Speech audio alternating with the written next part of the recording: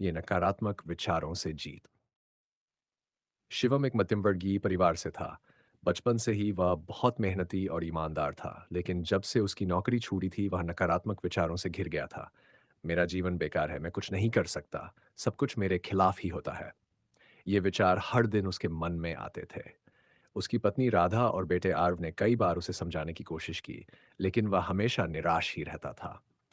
एक दिन जब उसने अपने सबसे अच्छे दोस्त अंकित से अपनी हालत साझा की, तो अंकित ने कहा, शिवम, तुम्हें अपनी सोच बदलनी होगी, नहीं तो यह नकारात्मकता तुम्हें खत्म कर देगी। लेकिन शिवम को यह सब सुनकर और गुस्सा आ गया। परिवर्तन की पहली किरण। एक दिन जब शिवम पार्क में अकेला बैठा था, तो उसने एक बुजुर्ग को देखा जो एक छोटे से पौधे की देखभाल कर रहे थे। शिवम ने पूछा, बाबा, आप हर दिन इस पौधे को पानी क्यों देते हैं? बुजुर्ग मुस्कुराए और बोले, बेटा, अगर मैं इसे पानी न दूं तो यह सूख जाएगा। ऐसे ही अगर हम अपने दिमाग में सकारात्मक विचारों को पानी नहीं देंगे, तो हमारा जीवन भी सूख जाएगा। यह सुनकर शिवम को थोड़ा अजीब लगा, लेकिन उसने इस पर गहराई से विचार किया। भाग 3, पहला कदम खुद को जानो। अगले दिन अंकित ने शिवम को एक किताब दी, सकारात्मक सोच की शक्ति। पहला अध्याय पढ़ते ही शिवम को महसूस हुआ कि उसे अपनी सोच बदलनी होगी। उसने खुद से सवाल पूछना शुरू किया, रन, क्या मैं अपने नकारात्मक विचारों से कुछ अच्छा हासिल कर सकता हूँ? क्या ये विचार सच में मेरे लिए सही हैं या बस मेरे डर की वजह से आए हैं? क्या मैंने कभी अपनी सोच को बदलने की कोशिश की है? उत्तर एक ही था, नहीं। भागजड़ नकारात्मकता का सामना। अब शिवम ने एक नई आदत डालनी शुरू की, हर नकारात्मक विचार को सकारात्मक विचार में बदलना। अगर मन में आता मैं असफल हूं, तो वह कहता मैंने बस अब तक सही रास्ता नहीं चुना, लेकिन मैं जरूर सफल होऊंगा। अगर आता मुझे कोई पसंद नहीं करता, तो वह कहता मैं पहले खुद को पसंद करूंगा, बाकी चीजें अपने आप ठीक हो जाएंगी। धीरे धीरे वह अपने विचारों को नियंत्रित करने लगा। भागमाइफ योग और ध्यान की शक्ति। की शिवम ने एक दिन योग गुरु की क्लास अटेंड की। गुरुजी ने कहा, "आ, तुम्हारा मन एक बगीचे की तरह है। अगर तुम उसमें कचरा डालोगे तो वहाँ गंदगी फैलेगी, लेकिन अगर अच्छे बीज डालोगे तो सुंदर फूल खिलेंगे।" उन्होंने ध्यान करने की सलाह दी और शिवम ने रोज 5 मिनट ध्यान करना शुरू किया।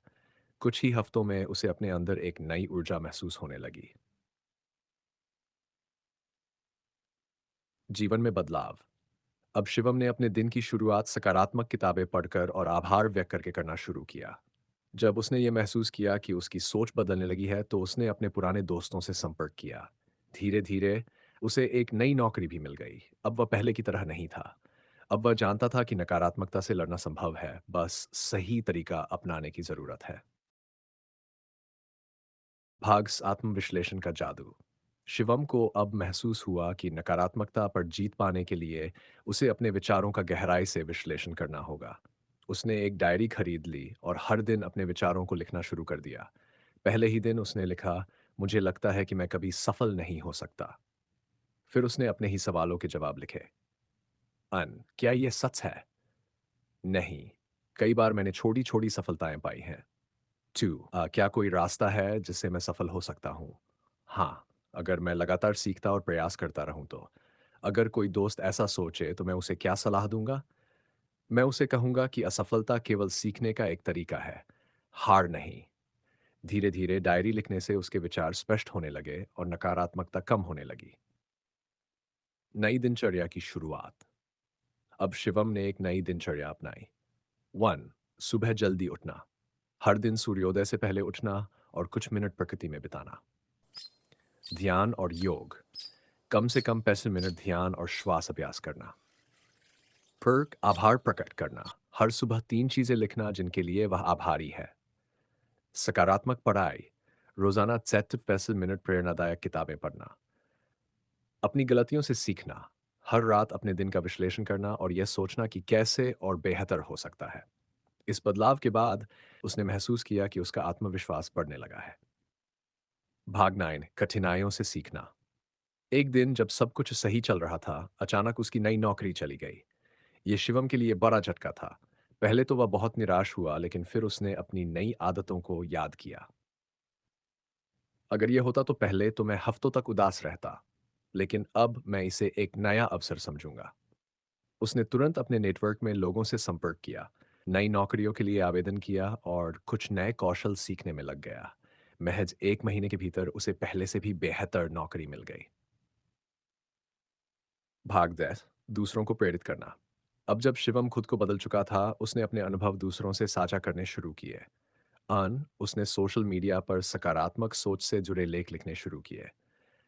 एक छोटे समूह को प्रेरणादायक सत्र देने लगा। थी जो भी नकारात्मक सोच से जूझ रहा था, उसकी मदद करने के लिए आगे आया। धीरे धीरे लोग लोग उसकी बातों से प्रेरित होने लगे। भाग्य या नकारात्मकता से निपटने के 5 व्यावहारिक तरीके। शिवम ने 5 आसान नियम बनाए जिनका पालन हर कोई कर सकता था। 1, अपने विचारों को लिखो। नकारात्मक विचारों को कागज पर उतारकर उनका समाधान खोजो। अच्छे लोगों के साथ रहो। नकारात्मक लोगों से दूरी बनाओ और सकारात्मक लोगों के साथ समय बिताओ। 3, अस्वस्थ जीवन शैली अपनाओ।